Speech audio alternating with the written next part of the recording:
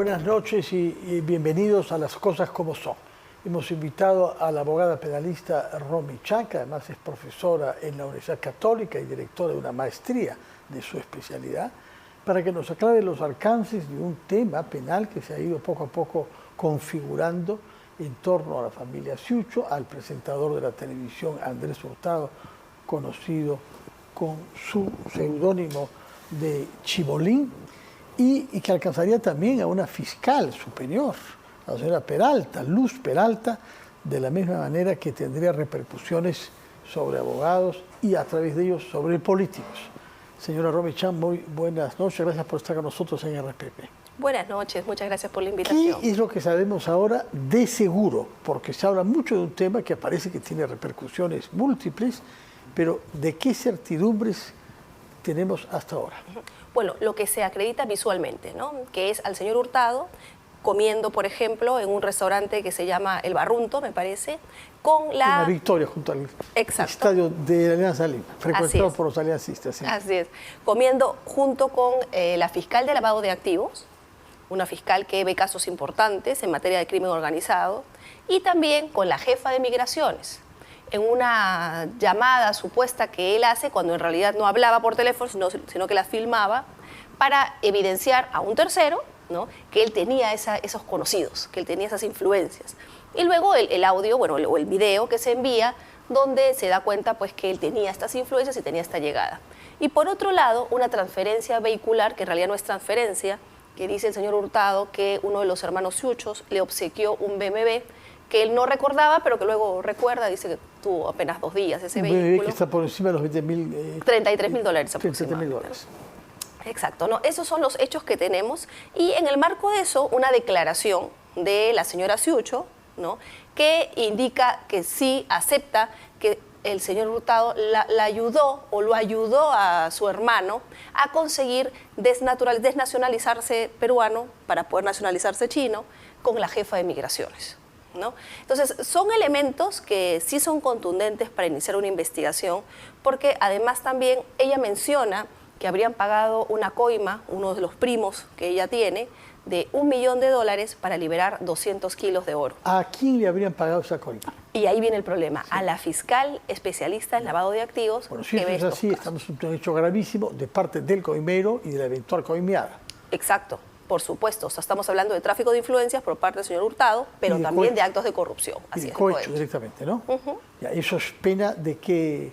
Graves. ¿Por qué? Porque las penas se suman, el tráfico de influencias tiene una pena de 4 años, cohecho tiene una pena que va hasta los 8, y además lavado de activos, porque aparentemente también la vida que tenía el señor Hurtado no se condice con los bienes que él, o con los ingresos que él tiene de manera regular, porque él siempre evidencia una vida de lujos, ¿no?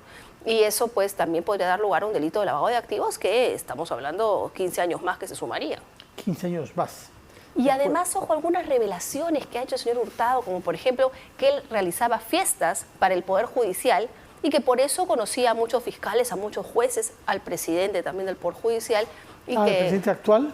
No, al presidente del Callao, sale con Walter Ríos. Walter Ríos, también, el famoso jefe de los cuellos blancos, ¿no? Nada más y nada menos, sí, ¿no? Sí. Y que también pues le daba ciertas, por así decirlo, ciertas amistades, ¿no?, vamos a decirlo de alguna manera, que luego además invitaba a su programa, ¿no? Y hay pues prueba, evidencia de que sí eran invitados y homenajeados en dichos programas. Entonces, puede ser el hilo de una madeja que si se extiende puede evidenciar incluso una red de, como la de Vladimiro Montesinos, de tráfico de influencias. Sí, de tráfico de influencias. Se ha hablado también en relación a estos personajes del abogado Mateo Castañeda. ¿Qué se le atribuye?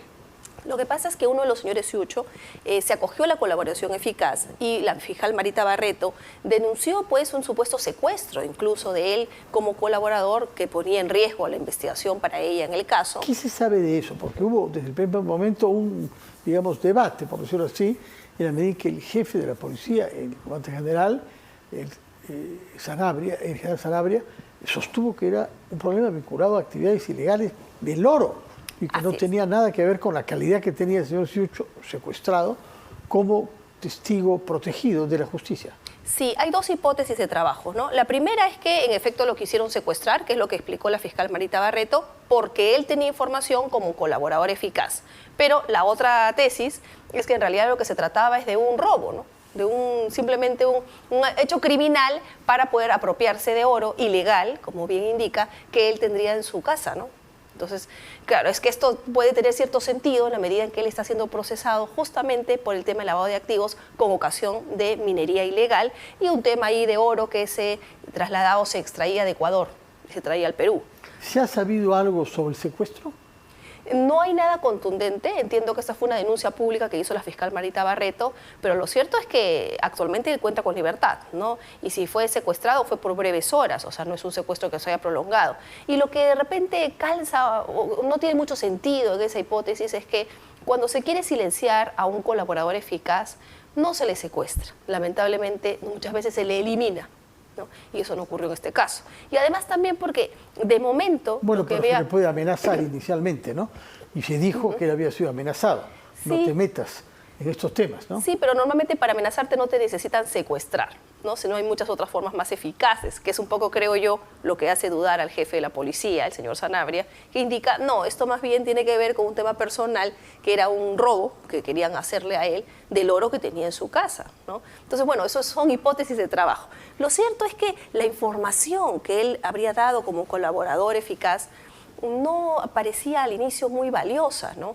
¿Por qué? Porque lo que dice la fiscal Marita Barreto y lo que dice este señor es que el señor Mateo Castañeda, el abogado, le pidió reconociera 15.000 soles que encontraron en efectivo en su oficina. Todo comienza en realidad con esa plata, ¿no?, que se halló en oficina, en efectivo, tengo entendido, del abogado Mateo Castañeda. Así es, ¿no? Entonces lo que él dice... ¿Es tan difícil disimular el origen de 15.000 soles? Eso es la parte extraña, ¿no? Y creo que a todos nos llama la atención. Sí. Si estuviéramos hablando de 500.000 soles, 1.000.000 de soles, pero estamos hablando de 15.000 soles en el marco de honorarios de abogados que, como hemos visto, son bastante... Eso, sí. Exacto, ¿no? Entonces, decir que hubo una negativa por parte del señor Ciucho a aceptar que ese dinero se lo había dado, o que el señor Castañeda le quería atribuir o le pidió el favor de que... ¿Es legal recibir 15.000 soles en efectivo? Es una infracción administrativa, pero no necesariamente ilícita. Hay un tope, ¿no? Para sí, porque tiene que bancarizarse, ¿no? Sí. ¿Cuál es el tope? Me parece que son 3.000 soles. 3.000 soles. Más allá de eso, no se puede pagar en efectivo un servicio profesional como el de un abogado. Así es, tiene que todo ser bancarizado. Detalle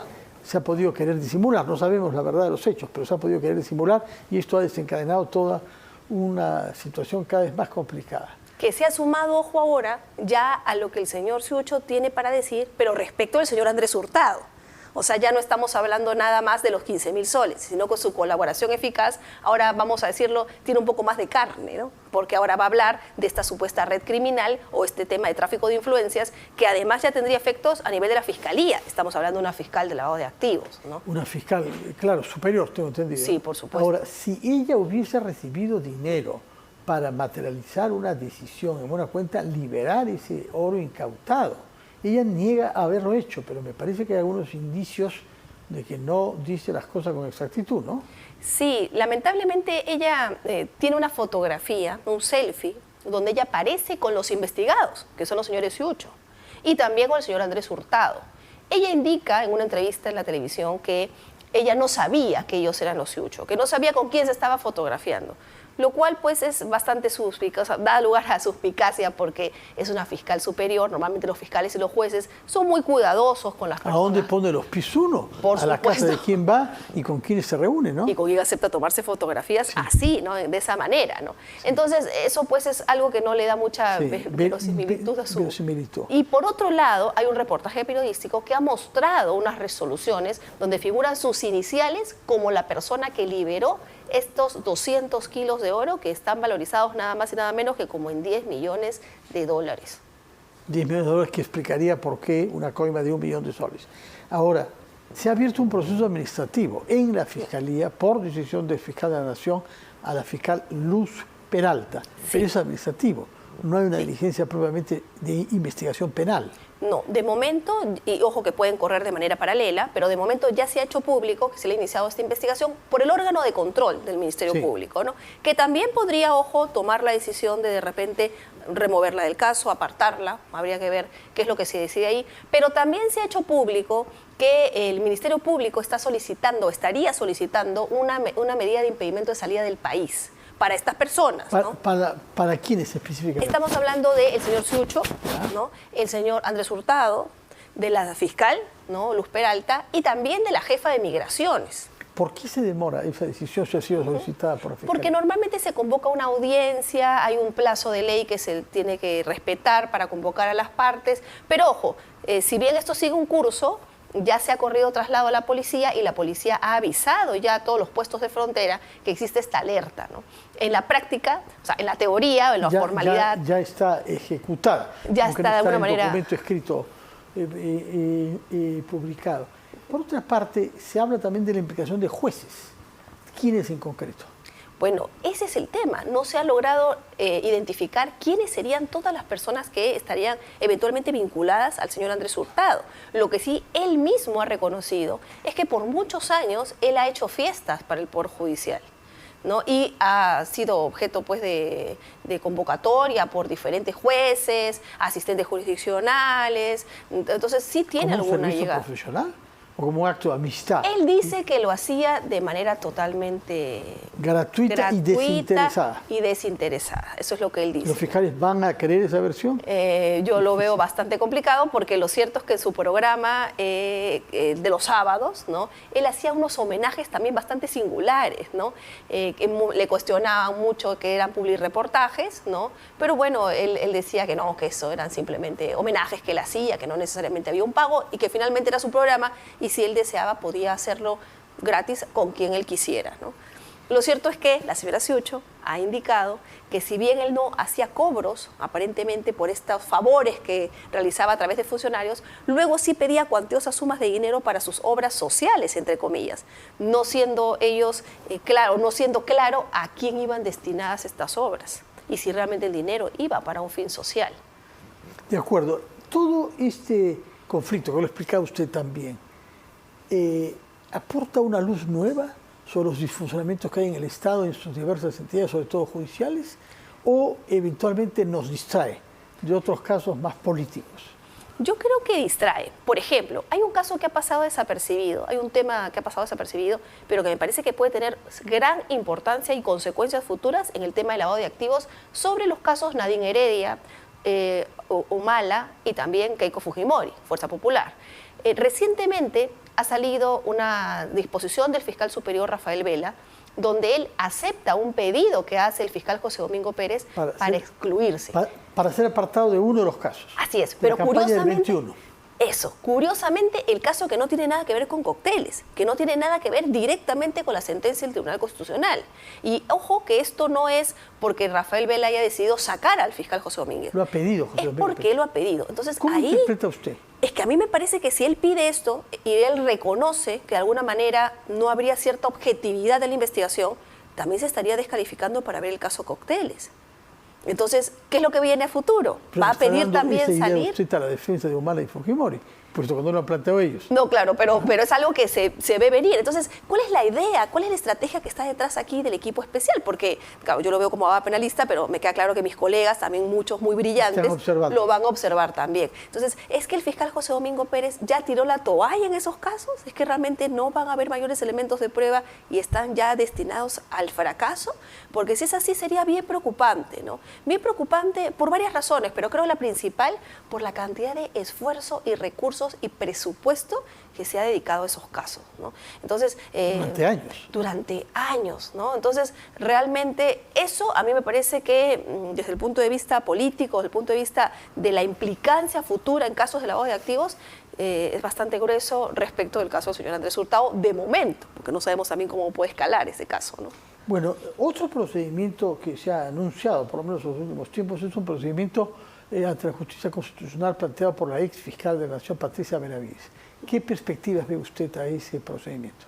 Bueno, ella está luchando, ¿no? Sigue la lucha. Para ser restablecida. Para ser restablecida. Yo lo veo complicado, la verdad, pero no es imposible. Finalmente, sí es cierto, la última instancia para poder decidir si vulneraron o no sus derechos fundamentales en el procedimiento que se hizo a través de la Junta y a través del mismo Poder Judicial es la justicia constitucional. Y no podemos perder de vista que por ejemplo, en casos como el del doctor Arsenio Oré, después de varios años, el Tribunal Constitucional resolvió de una manera tal que cambió el giro de la investigación, ¿no? Que hizo que ahora se apartara él del caso en el tema de obstrucción a la justicia. Entonces, en nuestro país, ¿no? Lamentablemente no hay mucha predictibilidad. Así que yo creo que hay que estar muy atentos a ese recurso porque podría traer sorpresas. ¿Pero cuánto tiempo tomaría? ¿Es un recurso de habeas corpus o un amparo? Un amparo. Un amparo. ¿Cuánto Sí. tiempo puede tomar el amparo? No, el amparo puede tomar en el Poder Judicial un año y en el Tribunal Constitucional al resolverse podrían ser 3, 4, dependiendo de la agenda que el TC le quiera ¿Qué poner. pasa si al final toman una decisión favorable a la demandante, Patricia Benavides, y ha vencido ya el plazo de su Fiscalía de la Nación? Bueno, se entiende que ya no podría regresar, evidentemente, a ser fiscal de la Nación, pero sí podría ser repuesta para el tema de continuar siendo fiscal suprema, que es, lo entiendo, lo que ella quisiera. Y no la descartaría, o sea, no se le podría descartar para luego a futuro volver a intentar nuevamente la Fiscalía de la Nación, o sea, volver a ser fiscal de la Nación, ¿no? Y entre tanto tendría casos como fiscal suprema, ya, pese a que otras investigaciones respecto de ella continúan, ¿no? Sí, claro, de manera paralela. Y eso es posible, que alguien sea fiscal supremo mientras está siendo investigado. Increíblemente, eso en nuestro país Eso es posible, es un poco extraño, ¿no? Sí. Bueno, otro procedimiento en curso es el que concierne al expresidente Pedro Castillo. ¿Qué decisión reciente se ha tomado? Bueno, se ha dicho que se pase a juicio y se está pidiendo una pena bastante considerable ¿Por qué en su cargo? contra. ¿Por cuál de los cargos? Por el tema del golpe de Estado. Golpe de Estado. ¿Cuál es la pena previsible? Me parece que están pidiendo 28 años de cárcel, si mal no recuerdo, bueno, más de 25 años de cárcel, ¿no? Porque se considera que el intento del golpe de Estado es un delito bastante grave, ¿no? Y por eso se pide ¿Está la definido en nuestro Código Penal ese delito? Esa es una gran polémica, ¿no? Su defensa, de hecho, dice que no, porque el tipo penal exige el tema de el alzarse en armas, ¿no? Y lo que dicen es, el señor Castillo no se alzó en armas, él no tenía ningún arma alrededor cuando dio el discurso. Pero lo cierto es que hay que entender también la lógica del Código Penal. O sea, el alzarse en armas no se refiere a que necesariamente él alce un arma, levante un arma, sino que él, al decir que da un golpe de Estado, se entiende que él ya había hecho cierto, por lo menos él pensaba, haber hecho cierta coordinación o tener la fuerza militar de su lado. Y con violencia... O bien creer ver. que estaba. Exacto. Él ha podido ser inducido a creer, ¿no? Por supuesto, Sí. que creo que ha sido el supuesto, Parece, además, en este parece, caso, sí. ¿no? Entonces, eso es lo que hace que, en este caso, el Ministerio Público se incline por esa posición y esté presentando este pedido de acusación. Que lo que sí, dentro de todo, nos guste o no nos guste, lo que yo creo que hay que saludar es que lo ha hecho en un plazo razonable. Es decir, menos de 2 años. Menos de 2 años y no como los casos emblemáticos a los que estábamos acostumbrados de que pasen años. O sea, No puede ser eso. ¿Cuándo comenzaría el juicio oral? Ni bien se apruebe la acusación, que todavía hay un plazo que se tiene que aprobar la acusación. Meses. Sí, podría ser menos de un mes incluso, depende de la celeridad que le quiera poner el Poder Judicial, e inmediatamente vista la agenda se fije una fecha para el inicio de juicio. De acuerdo. O sea, debería ser este año, ¿no? ¿Hay De algún todas precedente en el Perú o en algún país que usted conozca? en América No que yo Latina? recuerde, ¿Ah? no que yo recuerde, porque la verdad, Fernando, no ha habido muchas personas que se lancen a intentar un golpe Bueno, sin Fujimori, tener la ¿no? certeza. Alberto Fujimori. Pero tenía la certeza. Lo que yo he de que escuchado era- es que la justicia chilena no autorizó y no hubiera autorizado porque ellos no juzgaron a Pinochet. Hubo que esperar que fuera detenido en Inglaterra por orden de la Corte Penal Internacional Sí. y que fuese liberado por razones de salud mental. Sí, sí. Pero el procedimiento se hizo no desde Chile, sino en Chile fue más bien tratado con alguna benignidad, ¿no? Y Claro, por enterrado eso de que una se fue manera- a la Corte, ¿no? Ajá. Porque por eso se fue a la Corte. Sí, pero porque entonces no hay ningún precedente de No. un presidente latinoamericano. No, porque ¿sabes qué pasa? Normalmente cuando se intenta un golpe de Estado, por lo menos se tiene cierto respaldo efectivo en los hechos, ¿no? Que hacen pues que haya algún respaldo de la población, ¿no?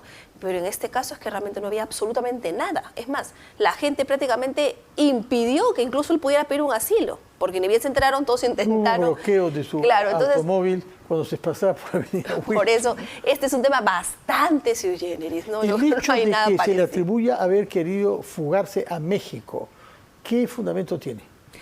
Puede tener un fundamento, pero no tiene mayor relevancia para el delito, salvo el tema de la prisión preventiva que por eso Claro, está ahora claro. juzgando, ¿no? Sí. Pero realmente desde el punto de vista de la configuración del delito es un tanto irrelevante, ¿no? Es la lógica de cualquier persona que no quiere ir a la cárcel y trata pues de huir de la justicia. ¿Por qué cree usted que ha avanzado rápido esta acusación por golpe de Estado, usurpación del poder anticonstitucionalmente y no las acusaciones que hay sobre corrupción? que quizás sean menos graves en sí, pero más quizás fáciles de probar también. Llama la atención que no se haya avanzado mucho. Yo creo que por la estrategia que ha seguido el Ministerio Público. Si nos damos cuenta, en el caso Castillo se han concentrado en el tema del golpe. No se ha visto esto influido por otros aspectos. El señor Castillo también tiene temas de corrupción, pero no se ha hecho un arroz con mango, como decimos, no se ha mezclado todo. No, pero en cambio, son dos procesos que hubieran podido seguir paralelamente. Sí, sí, pero en el caso, por ejemplo, de cócteles, en los casos de corrupción, la estrategia que ha tenido el equipo especial ha sido distinta. Ha sido, en lugar de separar e ir zanjando temas, ha sido unir. Ha unido obstrucción de la justicia, o sea, los abogados, ha unido el tema de los empresarios, ha unido el tema de Odebrecht. Entonces, claro, ha hecho el caso demasiado complejo, al punto tal que tenemos más de 100 personas que tendrían que ir a juicio. Entonces, eso es inviable y eso es lo que explica claramente la demora, pero además de la demora, yo creo el poco éxito que ha venido teniendo. O sea, acusaciones para 140 y tantas personas o para casi 100, definitivamente no son fáciles de sustentar y suelen tener varios errores, ¿no? En cambio, claro, una acusación contra 2 o 3 es mucho más sencilla, mucho más viable y más rápida. Nos ha dicho que la pena que se le podría imponer por la tentativa de golpe de Estado es de 28 años. Me parece que es lo que ha pedido el fiscal. El fiscal. ¿Y las otras personas implicadas en el mismo acto? Es que la pena... Hay una que está presa por lo pronto, una, recuerdo, Betsy Chávez, ¿no? Sí, a todos se les ha acusado. ¿Y ella va a ser parte de este juicio o se le juzga separadamente? No, yo entiendo que también va a ser parte de este juicio. Parte de este juicio. ¿Y la pena sería la misma para ella? Sí. ¿Colaboración con...? Puede ser que el fiscal haya hecho algunas variaciones por la calidad, ¿no? Una cosa es ser premier, otra cosa es ser presidente de la República, que es el que da el discurso, dependiendo de las influencias que puedan haber ejercido sobre él. Puede variar, pero la pena del delito es la misma para todos. O sea, el marco de sanción es el mismo para todos. Eso no cambia. De acuerdo. Bueno, tomamos nota entonces que es 28 años lo que el fiscal habría solicitado como pena para el señor Pedro Castillo por su tentativa de golpe de Estado y que cree usted que no hay antecedentes judiciales de un jefe de Estado que haya sido juzgado con ese cargo, por lo menos en la historia reciente, hasta donde podemos ver en América Latina. Muchísimas gracias, señora Romy Chang, abogada penalista y directora de la Maestría de Derecho Penal en la Universidad.